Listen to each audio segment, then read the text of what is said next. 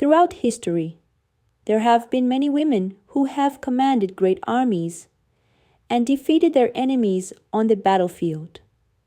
Naturally, some of them were beloved heroines, while others were ruthless enemies of the people. In this video, we want to talk about 7 famous warrior women in history.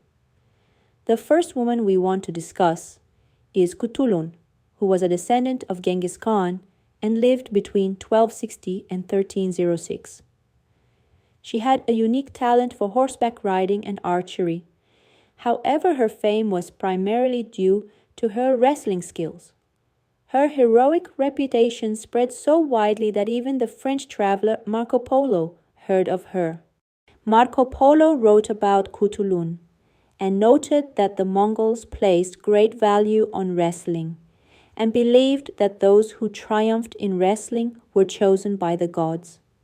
For this reason, they held Kutulun in high regard and took pride in her.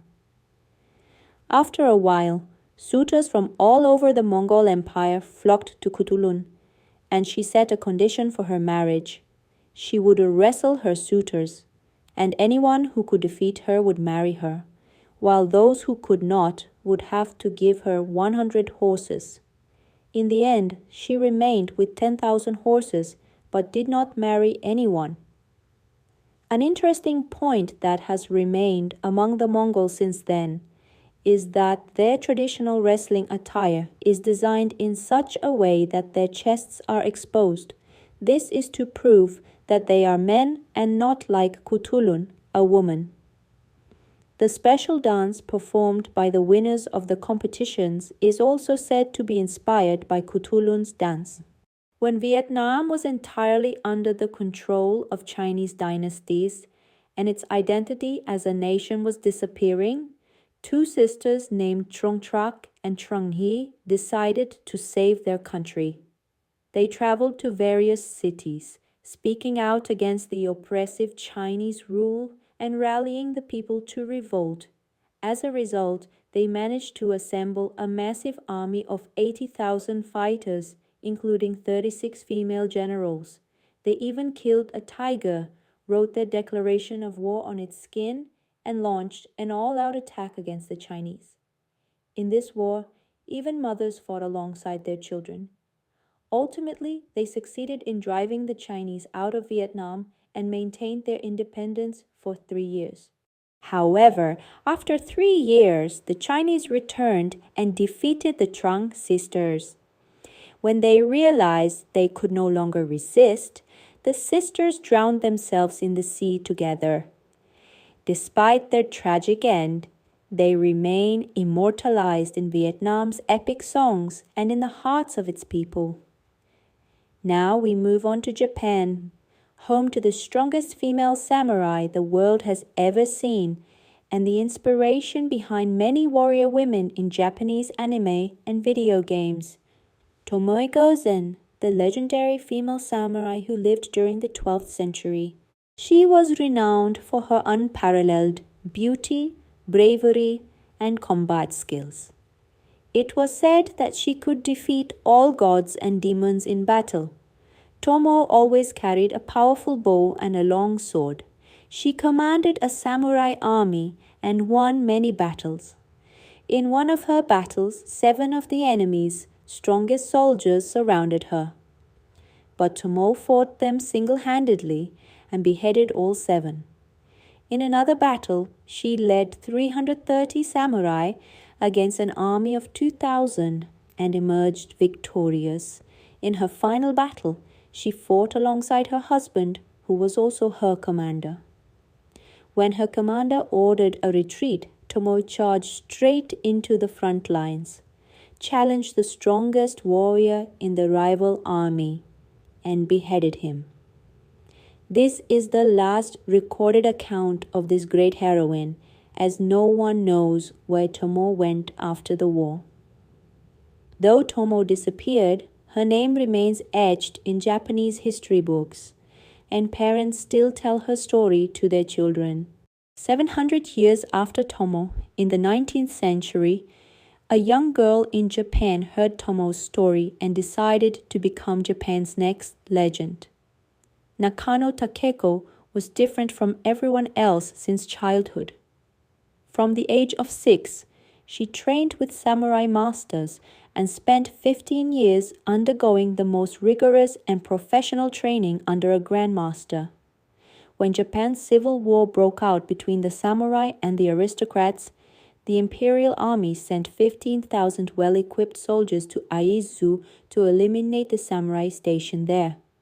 Nakano had a group of 5,000 female samurai warriors called the Naginata, all of whom she had personally trained. Armed with bows and swords, they waited to face the imperial army in battle. Nakano and the Naginata resisted for several days, but in the end, the imperial army broke through the gates and entered the fortress due to their superior weaponry. When the enemy commander realized that the warriors they had been fighting were all women, he ordered his soldiers not to fire and to capture the girls alive. But the women fought to the death. Soldiers attacked Nakano one after another. She killed the first, then the second, and up to the 6th. When the soldiers realized no one could defeat her, they shot Nakano in the chest with a gun and killed her. After her death, Nakano's sister, determined not to let her body fall into enemy hands, followed the samurai code and Nakano's wishes. She cut off Nakano's head, carried it with her, and buried it with great honor in Aizu. To this day, the people of Aizu hold memorial festivals to honor Nakano. Queen Lakshmi Bai, the Queen of Jhansi in India, was no ordinary woman. Around 200 years ago, she could read, write, ride horses, and fight with swords. At that time, the British Empire sought to attack Jhansi and conquer it, just as they had many other Indian cities.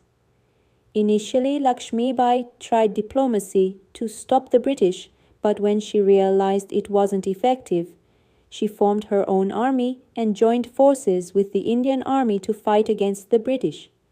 She fought as a commander and was eventually killed in one of the battles. 90 years after her death, India gained full independence, but the memory of Queen Lakshmi Bai remains immortalized in Indian culture. In India, streets, universities, and even parts of the women's army have been named after her. Juana Azurduy was born in Argentina. After losing her parents as a child, she was sent to a convent to become a nun. However, because of her rebellious nature, she was expelled from the convent.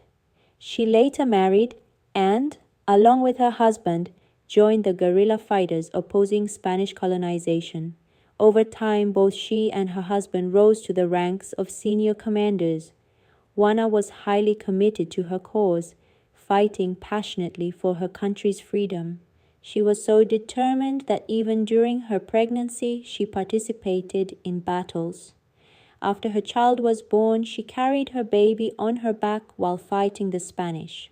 Her courage earned her the respect of all the guerrilla leaders. After Argentina gained its independence, Juana retired.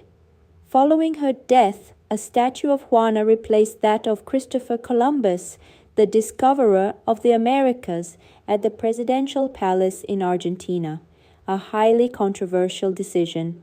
Because of this, people said that Juana remained a rebel even after her death. Queen Amina was the queen of Zazzau, a kingdom in what is now Nigeria. From childhood, she received military training and was the rightful heir to her father's throne. When Amina's father passed away, her brother ascended to the throne of Zazzau. During his reign, he led numerous wars to expand the kingdom, and Amina fought alongside the men in these battles, earning great recognition for her bravery. When her brother died, Amina became queen. She always fought on the battlefield alongside her army, demonstrating not only exceptional combat skills, but also sharp and clever military strategies. With an army of 20,000 soldiers, She conquered the largest territory Zaza had ever ruled. Although Queen Amina was expected to produce an heir, she had no desire to marry.